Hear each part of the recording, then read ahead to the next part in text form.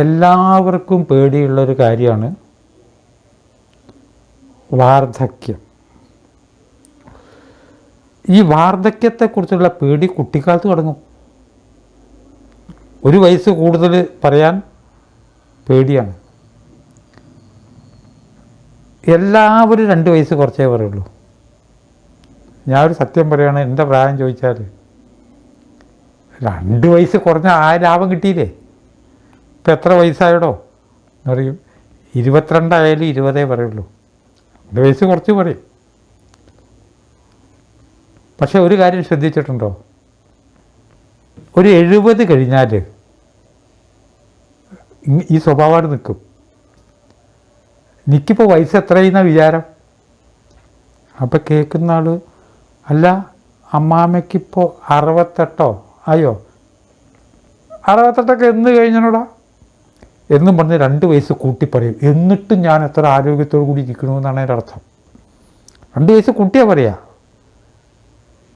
90 അടുക്കാറായി, ഇനിയിപ്പോൾ 100ൻ്റെ അടുത്തെത്തി എന്ന് പറഞ്ഞാൽ എന്താ വെച്ചാൽ ഞാൻ എന്നിട്ടും വളരെ ആരോഗ്യത്തോടു കൂടി ഇരിക്കുന്നു എന്നാണ് അർത്ഥം. എന്നിരുന്നാലും പൊതുവെ വാർദ്ധക്യത്തിൽ എങ്ങനെ ജീവിക്കും എന്നൊരു ടെൻഷൻ എല്ലാവർക്കും ഉണ്ട്. വീട് കാക്കുന്ന നായയുടെ മാതിരിയാണ്. മകളും ഭർത്താവും കൂടി സെക്കൻഡ് ഷോ സിനിമ കാണാൻ പോകുമ്പോൾ സാധാരണഗതിയിൽ ഇവർ ഒറ്റയ്ക്കാ താമസിക്കണമെങ്കിൽ വീടൊക്കെ പൂട്ടണം. ഇതിപ്പോൾ അച്ഛൻ വീട്ടിലുണ്ടല്ലോ, ഉമ്മർത്ത് അച്ഛൻ ഇവിടെ ഉണ്ടാവില്ലേ എന്നൊരു ചോദ്യം ഇന്ന് മൂളും. ഇവരുടെ കൂടെ സെക്കൻഡ് ഷോന് പോകാനുള്ള സാഹചര്യം കാരണം അവർക്ക് ഉണ്ടാവില്ല. ഇനി പോകണം തോന്നിയാൽ ഇവർ കൊണ്ടുപോകില്ല. കാരണം ഇദ്ദേഹത്തിന് മുട്ടുവേദന എപ്പോഴാണ് ഇളകുകയെന്ന് അറിയില്ല. ഒരു സംശയം ചോദിക്കുകയാണ്, ഒരു ദിവസത്തിലെ ഏറ്റവും നല്ല സമയം എപ്പോഴാണ്? നമ്മുടെ ശരീരത്തിൻ്റെ ചാക്രികത പ്രകൃതിയുടേതാണ്. ഒരു ദിവസം ഏറ്റവും നല്ല സമയം പ്രഭാതം. ഒരു കുട്ടിയുടെ ജീവിതത്തിൽ പോലെ ഒരു ദിവസത്തിൻ്റെ കുട്ടിയാണ് പ്രഭാതം. ചെറിയ കുട്ടികൾക്ക് ഒരു ടെൻഷനുമില്ല. രാത്രിയിലത്തെ ആഹാരം ഉണ്ടോ ഇല്ലയോ എന്ന് അവർ അന്വേഷിക്കില്ല, അമ്മ ചോറ് തരും. വളരെ നിഷ്കളങ്കമായ ജീവിതമാണ് ബാല്യത്തിൽ. പിന്നെ വെയിലിന് ചൂട് പിടിച്ചു. കൗമാരം, ഒരു 10 മണി കൗമാരം. യൗവനം എന്ന് പറഞ്ഞാൽ നട്ടുച്ചയാണ്. സകല പ്രോബ്ലവും യൗവനത്തിലുണ്ടാവുക. ഗ്രാമീണ ഭാഷയെ പറഞ്ഞാൽ എല്ലാവിധ കച്ചറകളും യൗവനം തന്നെ വല്ലാത്തൊരു വനമാണ്. പ്രണയം, പ്രണനൈരാശ്യം, വീടായിട്ട് തെറ്റ്, ഭാര്യയായിട്ട് തെറ്റിൽ, ഡൈവേഴ്സ്, ഇതൊക്കെ യൗവനത്തിലാണ്. എന്നാൽ ബാല്യത്തിൽ സുഖമാണ് എന്ന് പറഞ്ഞ പോലെ പ്രപഞ്ച സംവിധാനത്തിലെ ഏറ്റവും നല്ല ടൈം സന്ധ്യയാണ്. സമുദ്രതീരത്ത് പോയി നോക്കൂ, ആ സന്ധ്യയ്ക്ക് എന്തൊരു മനോഹാരിതയാണ്. കോഴിക്കോട് സ്ഥിരതാമസിക്കുന്ന ഞാൻ ഇന്ത്യയിലെ പല സ്ഥലത്തും സമുദ്രതീരത്തിലെ സന്ധ്യ കണ്ടിട്ടുണ്ട്. ഗുജറാത്തിൽ അങ്ങനെ പല സ്ഥലങ്ങളിലും സന്ധ്യ. രാമേശ്വരത്തെ, ഗുജറാത്തിലെ സന്ധ്യയ്ക്ക് വളരെ ഭംഗിയാണ്. പക്ഷികൾ മുഴുവനെ ചേക്കാറാൻ വേണ്ടി മടങ്ങും. ഏറ്റവും നല്ല മനസ്സോടു കൂടിയാണ് ജോലിയെല്ലാം കഴിഞ്ഞ് വീട്ടിലേക്ക് നടന്നു വരുന്നു. ചിലപ്പോൾ നാളെയുള്ള പച്ചക്കറി സാധനങ്ങളൊക്കെ വാങ്ങി, ബേക്കറി സാധനം വാങ്ങി. സുഖമായുള്ള ജീവിതം എന്ന് പറഞ്ഞാൽ മാനസികമായിട്ടാണ് പറയണത്. യഥാർത്ഥത്തിൽ പ്രകൃതി ഒരുക്കി തന്നു. ഞാൻ പട്ടാമ്പിക്കാരനാണ്. കുട്ടിക്കാലത്ത് ഓലപ്പര ടാക്കീസിൽ അച്ഛൻ്റെ കൂടെ സിനിമ കാണാൻ പോകും. അപ്പോൾ അന്നത്തെ ഫേമസ് സിനിമകളൊക്കെയാണ് നീലക്കുയിലൊക്കെ. അപ്പോൾ ഓലപ്പര ടാക്കീസിൽ 5 ബൾബ് ഇങ്ങനെ കത്തുണ്ടാവും. അച്ഛനോട് ചോദിക്കുക, എന്താ അച്ഛാ സിനിമ അടങ്ങാത്തത്? ഇതിങ്ങോട്ട് തുടങ്ങിയാൽ പിന്നെ ആനന്ദമാണ്. പിന്നെ ഈ ഭൂമിയിൽ ഒന്നും ശ്രദ്ധയില്ല, സിനിമയിലേക്ക് തന്നെ നോക്കിക്കൊണ്ടിരിക്കും. കുറേ കഴിയുമ്പോൾ ഒരു ബൾബ് കേടും. അച്ഛാ തുടങ്ങുമോ?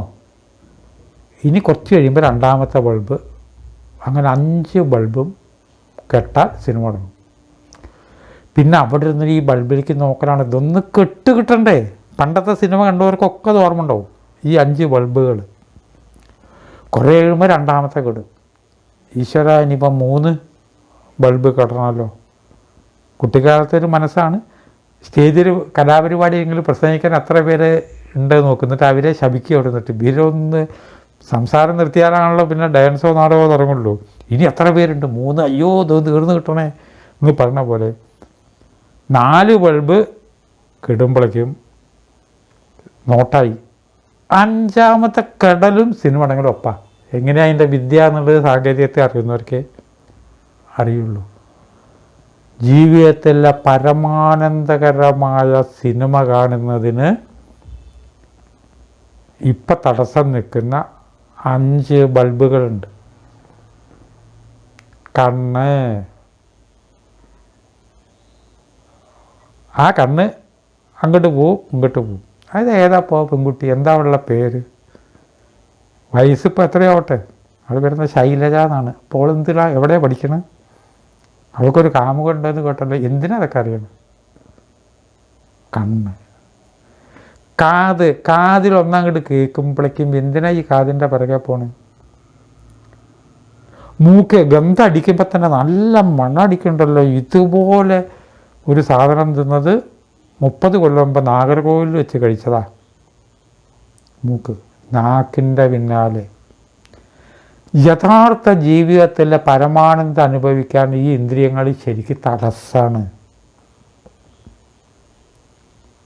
ആരുടെ കാര്യം പറയാണ്? നമ്മളുടെ ശരീരത്തിൽ ത്വക്ക് ചുളിഞ്ഞു. ത്വക്ക് ചുളിയുന്ന എന്താ വെച്ചിട്ടുണ്ടെങ്കിൽ ഓപ്പോസിറ്റ് സെക്സ് നമ്മളെ ശ്രദ്ധിക്കാതെ ആകുമ്പോൾ തന്നെ കുറേ സമാധാനമായല്ലോ. ചിലവരൊക്കെ പറയാറുണ്ട്, സ്ത്രീകളും പറയാറുണ്ട്, ഞാൻ ഇങ്ങനെയൊക്കെ നടക്കും, ഇനിയിപ്പോൾ ആരും എന്നെ നോക്കണ്ട, ആരും ശ്രദ്ധിക്കില്ല. ഇങ്ങനെ ഒരു സ്ത്രീ ക്യൂവിൽ ഇങ്ങനെ ഒരു സ്ത്രീ വന്ന് നിൽക്കുന്ന കാര്യമേ ഒരാളും ശ്രദ്ധിക്കില്ല. ചെറുപ്പക്കാരികളാച്ചാൽ എല്ലാവരും അടുത്തിക്കുന്നു, എന്താ നിൽക്കണത്, അയ്യോ നിൽക്കുന്നത് വലിയ കഷ്ടമല്ലേ, ആ കടലാസ് കിടന്നോളൂ, ഞാൻ ശരിയാക്കി തരാം, ഒക്കെ പ്രോബ്ലമാണ്. എതിർലിംഗത്തെ ആകർഷണം ഇല്ലാതാക്കാൻ പ്രകൃതി വേണ്ടുന്നൊക്കെ ചെയ്തു. പക്ഷേ ഏറ്റവും വലിയൊരു സൗന്ദര്യം പ്രകൃതി വാർദ്ധക്യത്തിൽ കൊടുക്കുന്നുണ്ട്. ഒന്ന് ശ്രദ്ധിച്ചു നോക്കൂ. വളരെ വയസ്സായ സ്ത്രീകൾ മുടിയൊക്കെ നരച്ച് അവരുടെ ആ വൈറ്റ് ഡ്രസ്സൊക്കെ ധരിച്ച് അവരെ കാണുമ്പോൾ എന്തൊരു അഴകാണ് നോക്കിയിട്ടുണ്ടോ. അതുപോലെ നല്ല മനസ്സുള്ള വയസ്സായ ആളുകൾ, അവരുടെ ഡ്രസ്സ് രീതി, അവരുടെ പുഞ്ചിരി, ഇത്തരം ആളുകളെയൊക്കെ കാണുന്നത് ഹിമാലയം മുതൽക്ക് പല തീർത്ഥാടന കേന്ദ്രങ്ങളിലും വെച്ച് കണ്ടിട്ടുണ്ട്. ഇതിന് പകരം വയസ്സ് വരുന്നു, വാർദ്ധക്യം വരുന്നു, പിന്നെ തമാശയൊക്കെ ചെറുപ്പക്കാർ പറഞ്ഞിട്ടല്ലേ, വയസ്സന്മാരില്ലല്ലോ. നമുക്കതിൽ നിന്നൊരു മോചനം ഉണ്ടാകണം. ഒരു ദിവസത്തെ ഏറ്റവും നല്ല സമയം ഉച്ചയല്ല, സന്ധ്യ ആണ്. ഒരു ജീവിതത്തിലെ ഏറ്റവും നല്ല സമയം ബാല്യം കഴിഞ്ഞാൽ. അതുകൊണ്ടാണല്ലോ ബാല്യത്തിലെ ശീലങ്ങളൊക്കെ വാർദ്ധക്യത്തിൽ വരുന്നുവെന്ന്. ആ വാർദ്ധക്യത്തിൻ്റെ മനോഹാരിത മനസ്സിലാക്കി, സന്ധ്യയുടെ മനോഹാരിത മനസ്സിലാക്കി സമുദ്രതീരത്ത് പോകുന്നത് പോലെ ഈ മനോഹാരിത മനസ്സിലാക്കുന്നത് നല്ലതല്ലേ എന്ന് ചിന്തിച്ച് വാക്കുകൾ ഉപസംഹരിക്കുന്നു. നാളെ കാണാം. നമസ്കാരം.